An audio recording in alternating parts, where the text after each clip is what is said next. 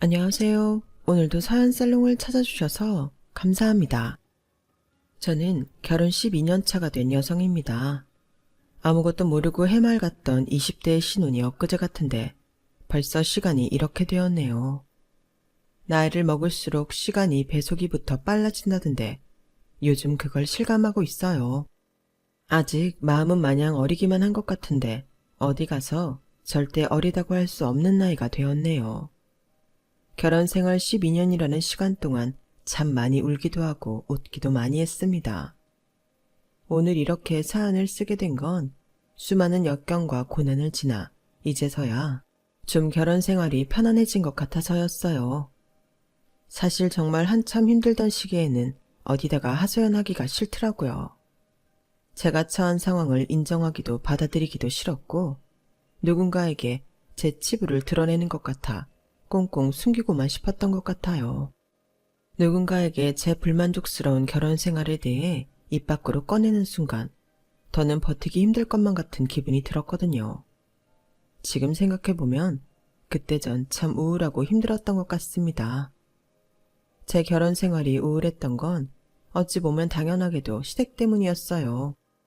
저희 집은 부모님께서 두 분 다 공무원을 하시고 저도 초등학교 교사를 하고 있어 온 가족이 모두 공무원인 공무원 집안이에요. 공무원 월급이야 모두가 아시다시피 그렇게 잘 번다기보다는 직장이 안정적인데 장점이 있다 보니 저희 집이 그렇게 월등히 잘 사는 집은 아니었어요. 다만 그럭저럭 부족한 거 없이 컸죠. 저도 큰 돈을 버는데 욕심이 있는 것도 아니었고 부모님처럼 안정적으로 살고 싶고 아이들을 좋아하는 마음에 열심히 공부해서 교대에 들어갔죠. 또 제 학창시절에는 한참 공무원 붐, 교사 붐이 일었을 때라 교대 경쟁률은 어마어마하게 치열했어요. 어쨌든 저는 노력해서 운 좋게 꿈을 이루었고 적성에도 잘 맞아서 학교를 행복하게 다니기 시작했죠. 유진아, 오랜만이다. 잘 지내? 그러던 어느 날 고등학교를 졸업한 이후로 연락이 끊겼던 1학년 반장에게서 연락이 왔어요. 학교를 다니던 중엔 친했었는데 제가 무슨 일이 있어도 교대를 가겠다고 재수를 하는 바람에 몇몇 친구들과 연락이 끊겼었거든요. 마침 저도 늘 어떻게 지내는지 궁금했던 친구라 참 반갑게 느껴졌어요. 주영아, 나야 잘 지내지. 너야말로 잘 지냈어? 나야 뭐 똑같아. 아니, 얼마 전에 우리 1학년 때 같은 반 친구들을 만났는데 애들 보고 싶다는 얘기가 나와서 동창회 한번 열어볼까 하는데 어때? 나와볼래? 동창회? 다들 못 본 지 오래됐잖아. 이러다 얼굴 까먹겠어. 오랜만에 얼굴 좀 보자. 다들 너 보고 싶어 해. 나야 불러주면 고맙지. 나도 니네 보고 싶어. 날짜랑 장소 정해지면 말해줘. 꼭 갈게. 진짜? 그럼 애들한테 너 오기로 했다고 말한다. 그래, 알겠어. 곧 보자.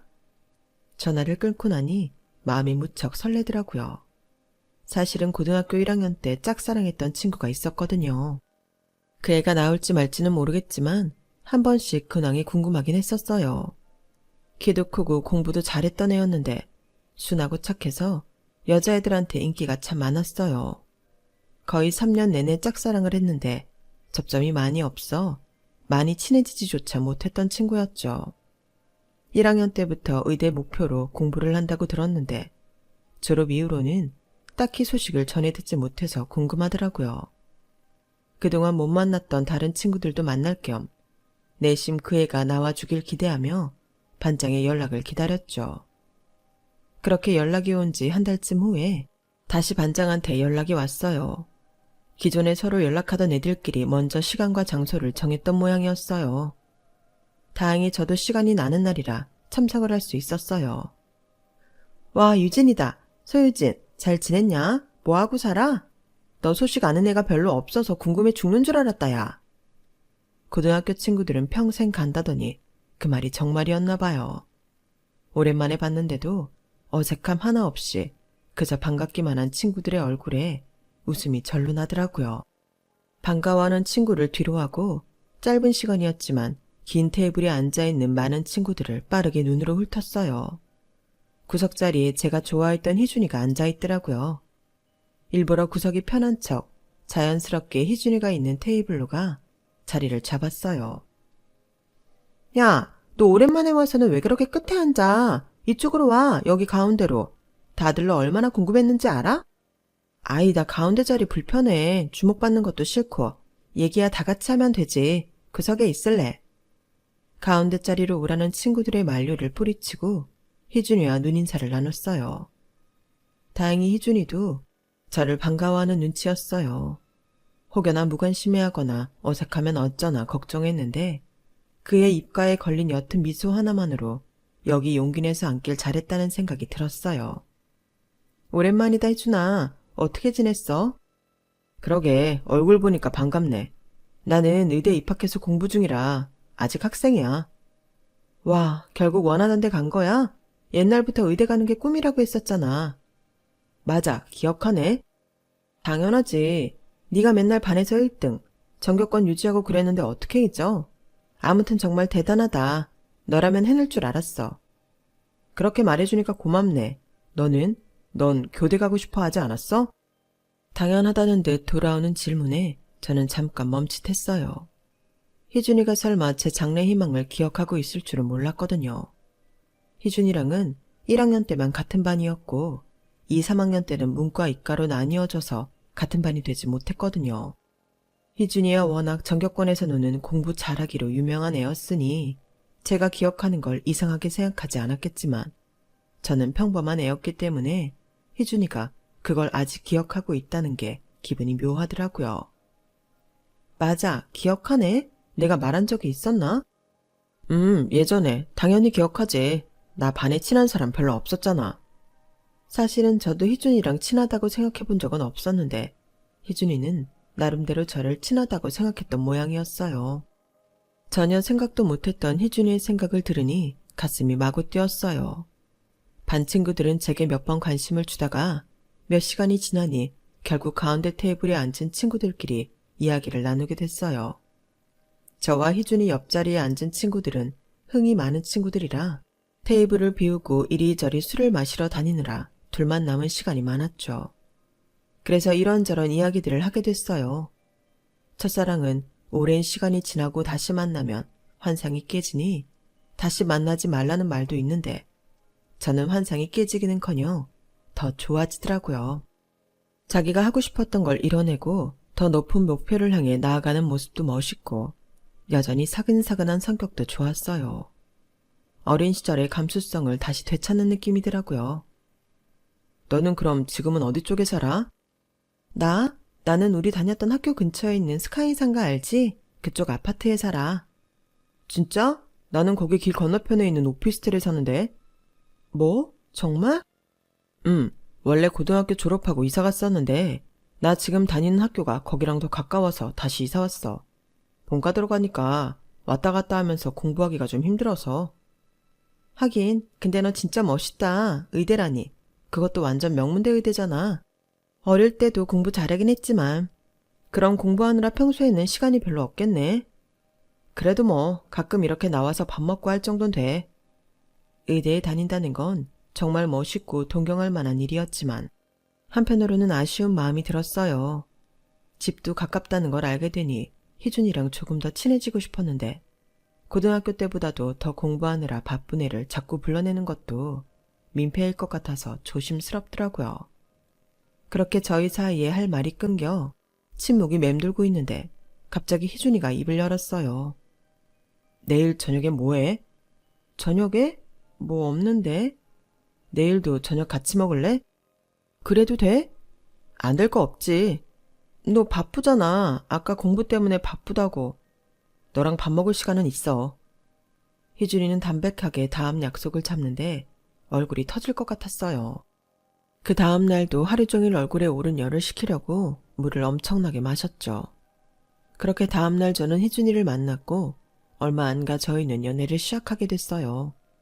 나중에 알게 된 사실이지만 희준이도 저를 마음에 두고 있었다고 하더라고요.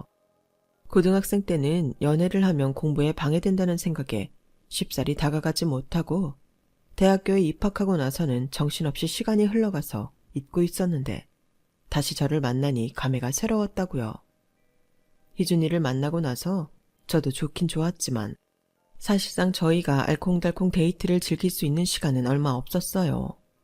하지만 저도 제 시간이 중요한 사람이라 너무 붙어있는 연애보다는 각자 열심히 자기 개발을 하다가 한 번씩 쉴 때 서로를 찾는 연애 방식이 잘 맞았어요. 그렇다 보니 자연스럽게 희준이와는 연애를 꽤 오래 하게 되었고, 시간이 흐르고 흘러 희준이가 의사 면허를 따고 대학병원에 들어가게 되었죠. 유진아, 우리 결혼할래? 응? 나 너랑 결혼하고 싶어. 퇴근하고 집에 들어가면 네가 있었으면 좋겠어. 희준이는 처음 다시 만나게 됐던 그날처럼 청혼도 담백하게 예상치 못한 순간에 했어요. 누군가가 보기엔 둘 다 결혼하기엔 조금 이른 나이일 수도 있었지만 저는 어릴 때부터 가능하면 결혼을 일찍 하고 싶었던 주의라 거절할 이유가 없었죠. 좋아. 하지만 문제가 있었어요. 저야 교사 생활 연차가 쌓여 적은 돈이지만 꾸준히 모아둔 게 있었지만 희준이는 오랜 기간 공부를 하고 이제야 인턴이 된 터라 수중에 모아둔 돈이 없었거든요. 괜찮아. 나 결혼하고 싶은 여자 있다고 하면 부모님이 어떻게든 도와주시겠지.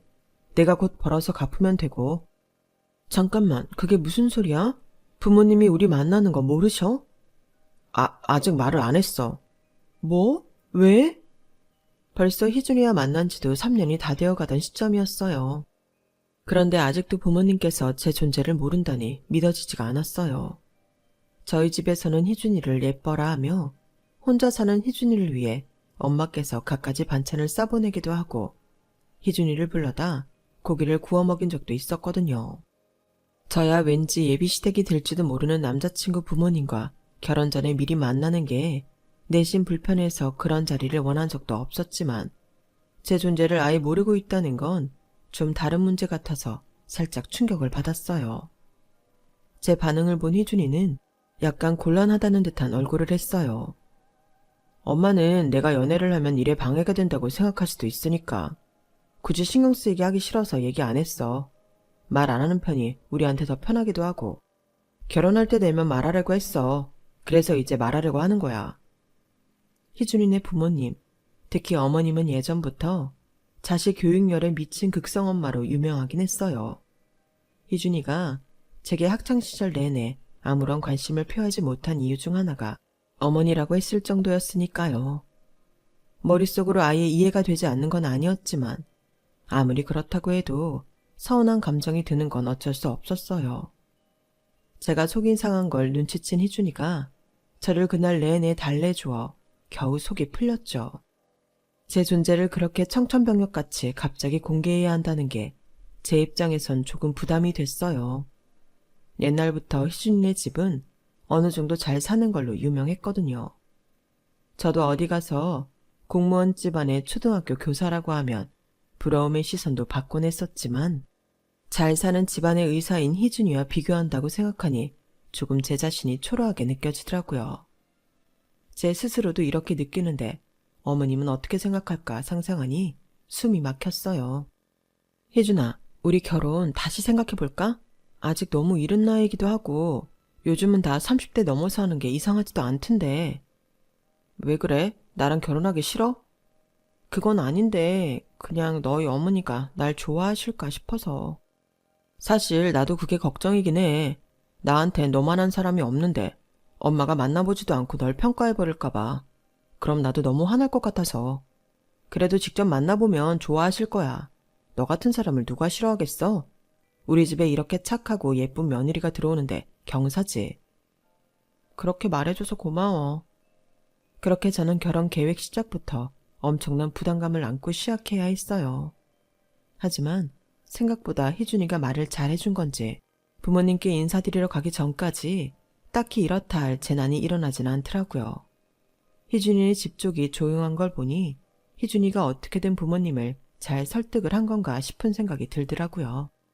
집안의 반대가 몰아칠 걸 예상해 마음의 준비를 단단히 하고 있었는데 고요하기만 하니 오히려 시간이 갈수록 마음이 덤덤해졌어요. 이러다 결혼까지 무사히 해내면 다행이고 반대하더라도 어떤 말에도 상처받지 않을 만큼 각오를 단단히 해뒀던 덕분이었어요. 그래서 희준이네 부모님께 첫 인사를 드리러 갈 때도 저는 마음이 한없이 차분해졌던 것 같아요. 처음 가보는 희준이의 본가는 생각보다 더 으리으리하더군요. 저도 사람인지라 그렇게 마음 컨트롤을 하고 갔는데도 막상 넓은 내부와 번쩍번쩍한 인테리어를 보니 내심 기가 죽는 건 어쩔 수가 없더라고요. 엄마, 여기가 유진이에요. 유진아, 우리 부모님이셔. 안녕하세요, 어머님, 아버님. 그래, 왔니? 희준이가 하도 네 얘기를 귀에 딱지가 않게 해대서 도대체 어떤 앤지 궁금했다. 당신도 참. 얼른 들어와요. 밥 다 식겠다. 시아버지는 인상이 참 좋은 분이셨던 반면 시어머니는 조금 예민하고 까칠해 보이셨어요. 그래도 시아버지와 희준이가 약간 냉랭한 분위기를 풀어주려 옆에서 많이 도와줘서 한결 나았어요. 부엌에 가니 집에 상주하는 도우미분께서 차려놓은 진수성찬이 차려져 있었어요. 그걸 보니 또 괜히 자신감이 떨어졌죠. 감사 인사를 하고 자리에 앉아 수저를 들고 식사를 시작하는데 어머님께서 저를 내내 빤히 쳐다보시더니 한마디 하셨어요. 아, 얼굴은 예쁘장하게 생겼네. 감사합니다. 어디 데리고 나가도 촌티나서 창피할 일은 없겠어. 엄마, 왜? 이쁘다고 칭찬하는데도 왜 나를 세우니? 이거 칭찬이야? 오해하지 마라. 네, 오해 안 해요. 감사합니다.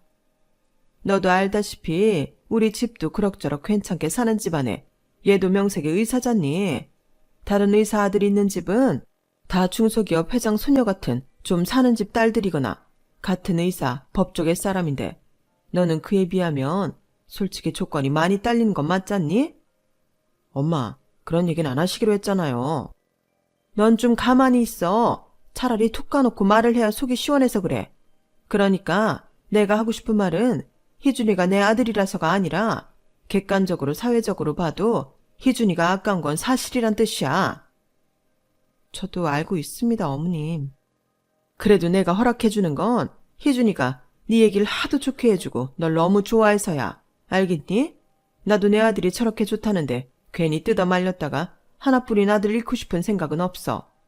다만 쟤는 태어나서부터 우리 집에 자랑거리로만 살아왔는데 네가 거기에 유일하게 먹칠을 하는 거야. 다들 내 아들 의사라고 대단한 며느리 데려올 거라고 생각하고 있는데 평범한 공무원 집안 공무원 며느리라고 누가 생각이나 하겠어? 참, 어떻게 반박이라도 하고 싶은데 제가 어린애도 아니고 사회적으로 사람들의 시선이 어떨지를 알고 있으니 어머님 말씀에 반박을 하기가 힘들더라고요. 의사 사위 얻으려면 병원 한 채 지어줘야 한다는 우스갯소리도 들은 적이 있었고 솔직히 제 눈에도 희준이가 제게 과분한 사람이긴 했어요. 집 잘 살고 능력 있고 착하고 다정하게까지 한 남자인데 꼭 제가 아니어도 좋은 사람을 만나 결혼할 수 있는 남자란 생각이 들었거든요. 저에겐 희준이가 결혼 상대로서 최선의 선택이지만 희준이에겐 아닐 수도 있겠다는 생각이 문득 스쳤어요. 그날 이 대화 이후로 시부모님은 저를 딱히 불편하게 할 만한 대화는 안 하셨어요. 희준이가 워낙 눈 부릅뜨고 눈치를 주기도 했고 별로 그 이상 하고 싶은 이야기도 없어 보이셨어요. 그냥 제가 희준이에 비해 한없이 모자라다는 걸 한번 짚고 넘어가고 싶어 하셨던 것 같았어요. 그래서 저는 그냥 무조건 시부모님 마음에 들기 위해 잘해드려야겠다는 생각을 했죠. 이제 와서 희준이랑 헤어지고 싶은 마음은 조금 더 없었거든요. 조금 전에는 시부모님이 저를 정 안 좋게 보신다면 어쩔 수 없지, 등지고 살아야지 라고 다소 간단하게 생각을 했었는데 막상 만나 뵙고 나니 그러기가 힘들더라고요. 게다가 결혼이라는 게 각 집안의 행사이기도 한데 시부모님이 절 마음에 안 들어한다는 이유만으로 제가 먼저 등을 돌리는 건 희준이에게도 못할 짓인 것 같았어요. 저에겐 미워도 희준이에게는 소중한 부모님이니까요. 이왕이면 시부모님의 비위를 거스르지 않고 사이가 나아졌으면 했어요. 희준이 말대로 시간이 흘러 제가 어떤 사람인지 알게 된다면 시부모님도 저를 천천히 인정해 주시지 않을까 생각한 거죠. 미안해, 오늘 내가 그렇게 주의를 들었는데도 속상했지? 아니야, 어머님 하신 말씀 중에 딱히 틀린 말도 없는데 뭐. 의사라고 하면 다 우러러보고 좋은 집안에서 데려가려고 하니까. 부모님 입장에서는 서운하고 아까우실 수도 있어. 내가 앞으로 잘해야지. 너무 무리는 하지 마. 우리가 뭐 죄 지었어. 난 다른 건 몰라도 결혼은 진짜 사랑하는 사람하고 하고 싶어. 그게 너고. 나도 나 노력하는 거 다 너 때문이야. 내가 시부모님이랑 계속 갈등 일으키고 하면 중간에서 곤란할 거잖아. 최대한 잘해드려서 화목하게 관계를 이어나갔으면 좋겠어. 그렇게 생각해줘서 고마워. 나도 중간 역할 잘할 수 있도록 노력할게. 약간의 찜찜함이 남은 그날의 인사를 마지막으로 결혼 준비는 수월하게 진행이 되는 듯 했어요. 가장 걱정했던 상견례도 남편이 시부모님을 단단히 단속했는지 아무 탈 없이 지나갔어요. 애초에 그 자리에서 부모님들끼리 불편한 이야기가 오가지 않게끔 저희가 사전에 다 말을 맞추고 결혼 준비를 끝낸 상태라 가능한 일이었어요. 집이니 혼수니 양가 부모님들의 도움을 비슷하게 받은 상태에서 해결했거든요.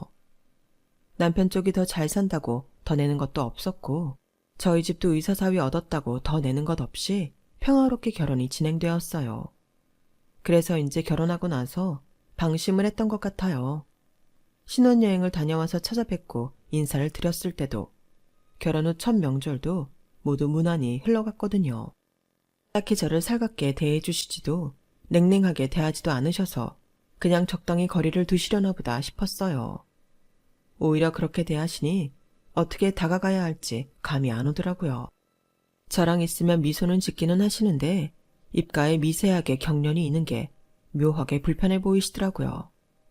아버님은 시간이 지나면서 낯도 풀리고 편하게 대해주셨는데 자꾸 뒷걸음질 치는 듯한 어머니와의 관계가 저도 불편하게 느껴지기 시작했어요. 그래서 어느 날 남편이 병원에서 늦게 들어오는 날 어머님께 전화를 드렸죠. 어머님, 저예요. 저녁은 드셨어요? 네가 이 시간에 웬일이냐? 혼자 전화를 다 하고? 어머님, 아버님은 저녁 드셨나 궁금해서요. 안부차 전화 드렸어요. 네 시아버지는 친구들이랑 골프 치러 나가서 없고 나는 저녁 생각 없다. 네? 어머님, 그러지 마시고 저랑 같이 식사하실래요? 저도 마침 오늘 남편이 병원 당직이거든요. 제가 맛있는 저녁 사드릴게요. 어머니 댁으로 몇 시까지 모시러 갈까요? 그래? 잠시 정적이 흘렀어요. 갑작스러운 제안이니 조금 고민이 되시나? 괜히 제안드렸나 걱정이 되던 차에 어머님께서 답을 하셨죠. 그래, 그럼 나는 외식은 됐고 너희 집에 가서 밥 좀 먹었으면 하는데 그래도 되겠니? 네? 어머님, 맨날 댁에서 도우미 이모님이 해주시는 집밥 드시는데 또 집밥으로 드시라고요? 어머님께서 회 좋아하신다고 들어서 제가 진짜 괜찮은 집 모시고 가려고 했는데 회도 좋고 가정부 아줌마가 해주는 밥도 맛있는데 난 며느리 정성이 보고 싶네? 귀찮아서 밥 한 끼 띡 사주는 것보다 반찬 가지수 몇 개 없어도 진정성 보이는 한상 차림이 먹고 싶은데? 아, 네. 조금 난처했어요. 사실 저도 그날은 혼자 먹는 날이라 대충 끼니를 때울 생각이었거든요. 주말에 해놨던 밑반찬은 거의 바닥났고 있던 요리 재료도 싹 긁어모아 전날 남편과 요리해 먹었던 탓에 이렇다 할 재료도 없었어요. 하지만 뭔가 쎄한 느낌이 들었어요. 이걸 거절하면 사이가 안 좋아졌으면 더 안 좋아졌지. 아무리 비싼 음식을 사드린다고 해도 좋아지진 않을 거란걸요. 어머님의 마음을 열려고 먼저 했던 제안이 제게 독이 되는 건 저도 원치 않았어요. 그래서 잠깐의 고민 끝에 시간을 확인했죠. 저녁 시간을 약간 늦추면 장보고 요리하는 데까지 시간이 괜찮을 것 같았어요. 그럼 어머님, 7시 30분쯤까지 저희 집에 오실 수 있으세요? 그래, 그러마. 전화가 뚝 끊어졌고 저는 그 길로 차 키를 갖고 나가 대형 마트에 나가서 요리 재료를 사담았어요. 양손 가득 정신없이 쇼핑을 하고 집에 와서는 또 시간에 쫓겨가며 요리를 한 뒤 식탁의 세팅까지 마치는데 예상 시간을 딱 맞췄어요. 하지만 불행하게도 시어머니께선 약속한 시간 30분 전에 집에 도착하셨어요. 한참 부엌이 난리일 때 도착하셔서 내심 당황했죠.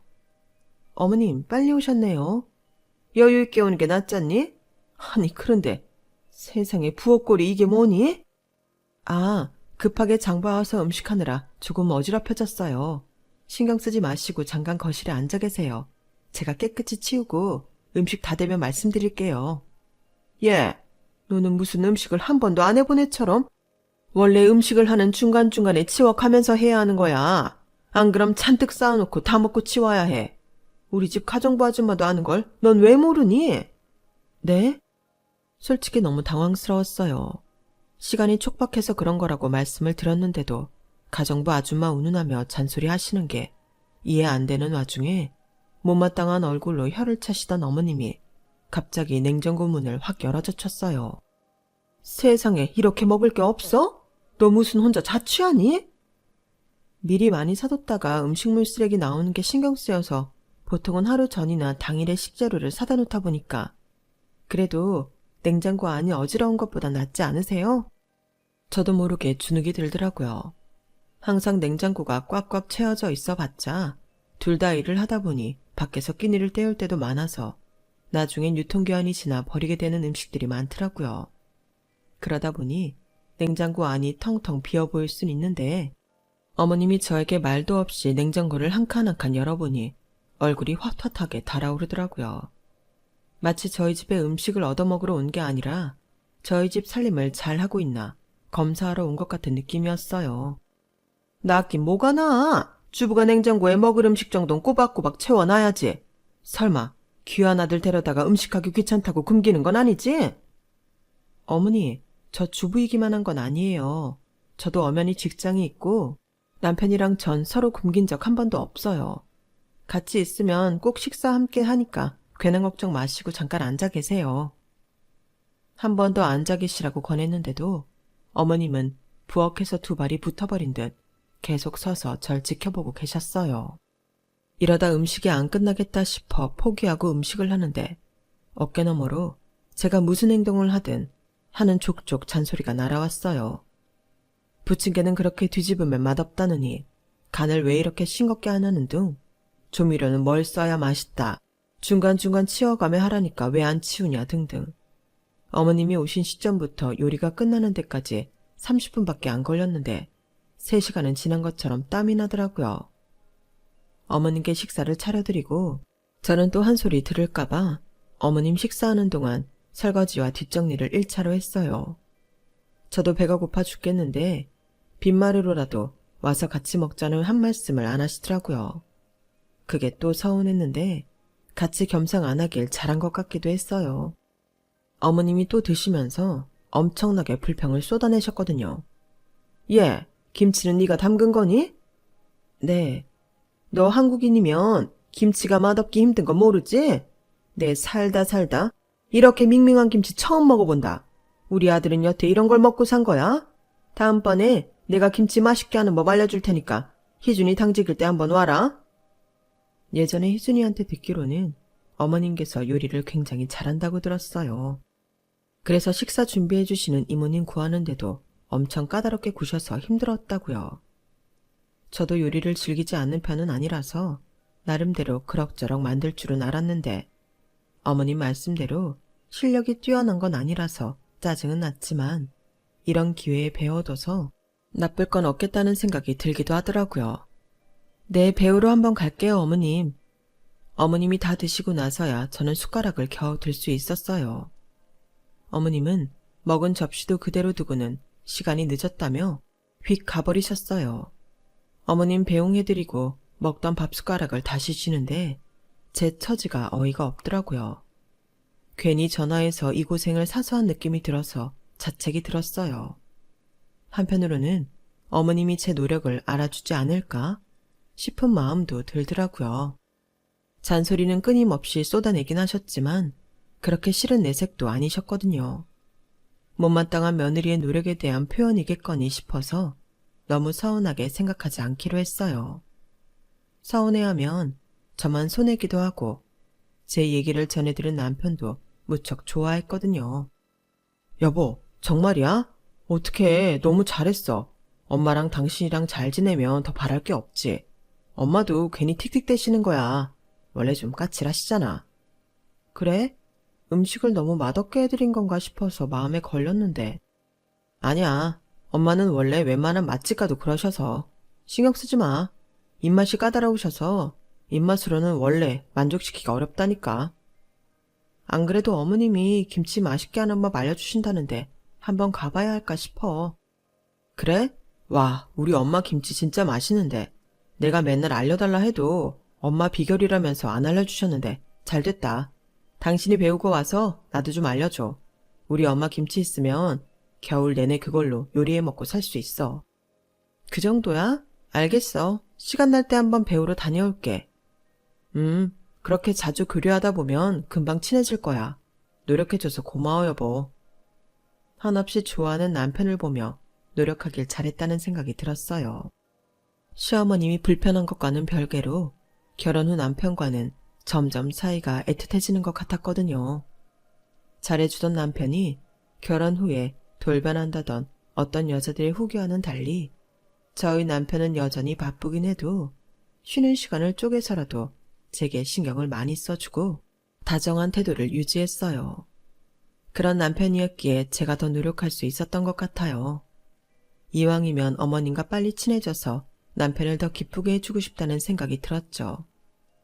너무 머지않은 시간 내로 시어머니를 찾아뵈려고 했었는데 하필 애들 시험 기간이 겹쳤어요. 기출문제를 검토하고 문제를 만드느라 평소보다 정신이 조금 없던 기간이었어요. 갑자기 어머님께서 전화를 미친 듯이 걸기 시작하시더라고요. 예, 김치재료 다 사다 놨으니 오늘 저녁에 좀 들러라. 네? 어머님, 저 죄송한데 요즘은 애들 시험 기간이라 좀 바빠서요. 제가 시간 괜찮을 때 주말에 미리 연락드리고 찾아뵐게요. 뭐? 내 말 못 들었어? 재료 다 사다 놨대도? 그럼 김장을 다 혼자 하란 말이야? 아, 그러면 오늘 제가 이모님 하루 일당 더 챙겨드리고 김장 한번 도와달라고 부탁해볼게요. 연락처 좀 받을 수 있을까요? 다른 날은 몰라도 오늘은 도저히 퇴근하고 어머님 댁까지 가서 김장을 하고 돌아올 자신이 없었어요. 전날 고민스러운 일이 있어 잠도 많이 못 잔 상태였던 데다 이제 겨우 수요일이라서 오늘도 잠을 못 자면 일주일 내내 피로가 쌓일 것 같았거든요. 하지만 어머님의 태도는 단호했어요. 이모님 마침 오늘 휴일이야. 간만에 집에 없는 사람 다시 불러내라고? 믿었던 이모님마저 하필 이런 날 휴일이라니. 게다가 재료를 다 사다 놨다고 하셔서 거절하기도 여간 곤란한 상황이 아니었어요. 어머님, 그럼 재료 오늘 하루만 두고 제가 내일 퇴근하고 갈게요. 오늘은 잠만 확보하자는 생각이 들어서 일단 그렇게 말씀드렸는데 수화기 너머로 냉랭한 기운이 다 느껴질 정도였어요. 오늘이어야 한다니까. 눈웃음 살살 치면서 알려달라고 할 땐 언제고 역시 다 빈말이었니? 정말 최근에 좀 바빠서서 그래요, 어머님. 오해는 하지 말아주세요. 네가 바빠봐야 의사인 내 아들보다 바쁠까? 네 남편은 그렇게 바쁜 와중에 가정에 챙길 거 다 챙기는데 너는 이 핑계 저 핑계가 왜 이리 많아? 애초에 내가 일을 잘하는 애였음 내가 이러지도 않았어. 저번에 집 가서 일하는 거 보니 내 속이 다 터지고 천불이 나서 좀 알려주려 했건만 기껏 지 생각해서 시간 내서 장 다 봐왔는데 뭐 못 온다고? 참나 어이가 없어서. 분위기가 점점 험악해져 가는 것 같아 난처하더라고요. 아니, 상식적으로 이렇게 직장에 있는 사람한테 대뜸 전화해서 오늘 오라고 하는 게 말이 되나요? 제가 굳이 일 때문에 바쁜 기간이 아니었더라도 다른 선약이 있을 수도 있는 건데 말이에요. 솔직히 말하면 저도 잠을 못 잔 상태라 예민해져서 그런지 엄청 짜증나더라고요. 어찌됐건 오늘은 못 가요, 어머님. 내일 갈게요. 오늘 당장 안 한다고 재료들 싹 갖다 버려야 하는 건 아니잖아요. 저도 모르게 말이 날카롭게 나갔어요. 제가 이 바쁜 시간에 왜 어머님 전화를 붙들고 이렇게 시간 뺏겨야 하는지도 모르겠고 오늘은 퇴근하자마자 집에 가서 자고 싶은 마음이 간절했어요. 사 먹어도 그만인 김치를 꼭 배워야겠다고 이 컨디션에 시댁에 다녀올 일은 없잖아요. 제가 세게 나올 거라곤 미처 예상을 못하신 모양인지 잠시 말이 없던 어머님이 전화를 뚝 끊으셨어요. 다시 전화해서 좀 달래드려야 하나 싶었지만 기력이 없었어요. 오늘만큼은 좀 모른 척하고 싶더라고요. 그 뒤로는 연락이 없어서 오히려 편하더라고요. 덕분에 집에 가서 휴식을 취하고 다음날 맑은 정신으로 출근할 수 있었죠. 어머님, 저 오늘 바로 댁으로 갈게요. 어제 못 가서 죄송해요. 어머님이 전화를 너무 안 받으셔서 문자를 남겼어요. 혹시나 싶어서 아버님께도 미리 연락을 드렸고요. 너희 시어머니 단단히 삐졌다. 농담하시는 아버님 말씀을 듣고 오늘은 냅다 엎드려서라도 비 맞추는 척 좀 해야겠다 싶었어요. 오지 말라니까 왜 왔어? 죄송해요, 어머님. 어젠 정말 사정이 있었어요. 그래도 바로 다음날 이렇게 왔잖아요. 너처럼 제멋대로 사는 애한테 내가 무슨 일을 가르치겠다고. 내 아들이 그 맛없는 음식 주워 먹고 살 거 생각하니 짠해서 뭐라도 가르쳐 주려고 한 건데 호의를 생각하긴커녕. 그래서 왔잖아요. 남편도 남편이지만 배워서 나중에 어머님께 더 맛있는 한 끼 차려드릴게요. 아무리 좋게 말씀드려도 어머님의 냉랭한 태도는 풀릴 줄은 몰랐어요. 저한테 짜증을 풀듯 신경질을 부리며 김치를 가르치시더라고요. 식구 몇 되지도 않는데 사오신 김치 재료 양은 어찌나 많은지 저는 제가 김치 공장에 아르바이트라도 하러 온 줄 알았어요. 그래도 군말 없이 어머님이 시키는 대로 하고 있었는데 손 하나 까딱 않고 말로만 제게 일을 가르치던 어머님이 대뜸 그러시더라고요. 내가 너 괘씸해서 도저히 안 되겠어. 시집 올 때 영 마음에 안 드는데도 참고 결혼시켜줬더니 시부모 알기를 우습게 알고 그런다고 내 아들 케어를 잘하면 몰라. 냉장고는 텅텅 비어있고 집은 조잡스럽고 요리도 더럽게 못하고 의사 집안에 시집 오면서 집 한 채 안 해온 애가 집안일도 못하는 게 마음에 안 들어서 일 좀 가르치려 했더니 못 온다고 뻗팅기질 않나? 이런 싸가지는 네 부모가 가르쳤니? 어머님, 말씀이 너무 지나치신 것 같아요. 여기서 제 부모님 이야기를 왜 하세요? 저에게 뭐라 할 건 마음의 준비를 해놔서 어떤 말을 하든 괜찮았지만 저희 부모님까지 들먹이는 걸 듣자 속이 꿈틀했어요. 뭐? 꼴에 부모 욕했다고 발끈하는 거니? 시댁에 욕먹기 싫었음 뭐라도 더 보탰어야지. 이렇게 차이나는 결혼을 시켰으면 알아서 설설 기집 못할 망정 아주 우리랑 다 똑같이 하려고 하고 니네 집도 처음부터 마음에 안 들었는데 내가 많이 참은 거야. 알아? 아니, 시댁이 더 부유한데 저희 집이 똑같이 하려고 한 게 뭐가 문제예요. 잘 사는 집에서 더 해오라고 한 것도 아닌데 뭐가 그렇게 마음에 안 드시는데요. 어머님 성엔 안 차실지 몰라도 저희 집도 공무원 집안에 저 교사라고 하면 어디 가서 그렇게 무시 안 당해요, 어머님. 뭐? 얘 좀 봐라. 아주 웃기는 애네. 희준이가 너랑 결혼한다고 박박 우기지만 않았어도 지금쯤 내가 어떤 며느리 볼지는 알고서 하는 말이야. 우리 아들이랑 결혼시켜주면 나중에 압구정에 개인병원 하나 내주겠다고 한 사람도 있었고 강남 역세권 아파트 2채 물려준다고 했던 집도 있어. 그거 다 포기하고 결혼시켰는데 내가 이런 소리 하나 못해? 막말로 너희 집에서 우리 집에 최소 월 300씩 붙여도 모자란 거 아니니? 뭐라고요?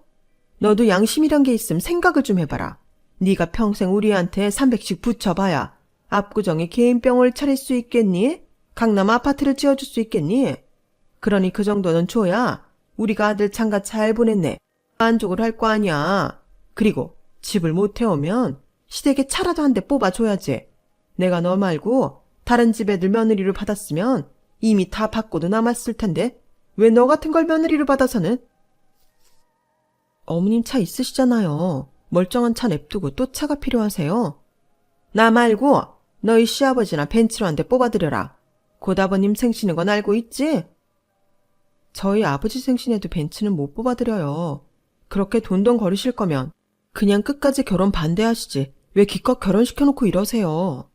뭐? 이 정도 각오도 안 하고 결혼했어? 남의 집 귀한 아들 데려다가 의사 사모님 놀이하고 싶었으면 이 정도 조공은 해다 바쳐야지. 너나 너희 부모나 어떻게 몇 년 동안 양심도 없니? 돈이 없으면 몸으로 때우던가. 내일 김장 재료 더 사다 놓을 테니까 와서 김장 더 하고 가라. 아, 지금 하는 것도 말이 안 되게 양이 많아서 벅차 죽겠는데 이게 뭔 소린지. 하다 열받아서 도저히 안 되겠더라고요. 이렇게 고분고분 굴다가는 평생 시댁에 끌려다닐 것 같았어요. 그런 생각을 하고 있는데 너나 니네 부모나 진짜 양심도 없고 공짜 심보는 두둑해서 우리 집 아들 덕이나 볼 생각하고 도대체 뭐하는 집구석이니? 그 말을 듣자 저도 모르게 양념을 버무리던 배추를 어머니께 던져버렸어요. 싶었지만 이미 2판 4판이었죠. 이걸 어쩌죠, 어머님? 저희 집은 돈도 없고 양심도 없고 저는 일도 잘 못해서 백날 불러서 일 시켜봤자 사고만 칠 텐데요. 이래도 괜찮으시겠어요? 아, 너 지금 뭐 하는 거야? 아, 눈 매워, 눈 매워. 조준을 잘못해서 김치가 얼굴에 철썩 붙었다가 떨어졌는데 그 모습이 좀 웃겨서 저도 모르게 웃음이 터졌어요. 방방 뛰는 모습이 안쓰러워 물티슈 한 장 뽑아서 건네드리고 저는 바로 나갈 짐을 챙겼죠. 이런 꼴 한 번 더 당하기 싫으면 그렇게 좋아하는 김치는 어머님이나 더 담그세요. 저희 집이 돈은 없어도 전 귀하게 키워서 일 못하겠네요. 야, 너 지금 어디 가는 거야? 미쳤어? 분에 받쳐 소리를 지르면서도 얼굴에 묻은 양념이 잘 닦이지 않아 버둥대는 게 속이 시원하더라고요. 남편에게 미안하지만 저도 노력했는데 제게 돌아오는 대접이 겨우 이런 거란 걸 참을 수가 없었어요. 하고 싶은 대로 했더니 속은 참 시원하더라고요. 어머님은 수치스러웠는지 남편에게 아무 말씀도 안 하신 것 같았고 저도 굳이 남편에게 이야기하진 않았어요. 그 일이 있은 후 어머님께서는 몇 번 개인 연락으로 저를 괴롭히긴 하셨지만 너는 떠들어라 하니 금방 편안해졌어요. 사이가 더 서먹해지면서 남편과 아버님 앞에서 서로 기본적인 예의만 차리는 사이가 됐죠. 그래도 그런 시집이 힘든 건 힘든 거더라고요. 역시 고부 사이에는 어느 정도 거리가 있는 게 좋은데 제가 처음부터 너무 무리에게 노력했던 모양이에요. 저를 있는 그대로 봐주지 않는 사람에게 애쓸 필요는 없는 것 같아요. 굳이 잘 보이려고 애쓰지 않는 지금이 오히려 편하고 좋네요. 제 고되고 힘들었던 시집살이는 그렇게 겨우 막을 내렸습니다. 지금은 사건이 오래되기도 했고 그런 파격적인 일이 있었다는 게 가물가물하기도 하지만 가끔 다른 분들의 시댁살이 이야기를 보면 문득문득 떠오르기도 하네요. 그럴 때마다 참고만 사는 게 답은 아니라는 생각이 듭니다. 제 이야기 들어주셔서 감사합니다. 항상 건강하시고 여러분의 삶에 행운이 가득하길 바랍니다. 여러분, 사연 댓글에 응원과 현명한 조언 부탁드려요. 좋아요와 구독은 저에게 큰 힘이 됩니다. 오늘도 좋은 일 가득하세요.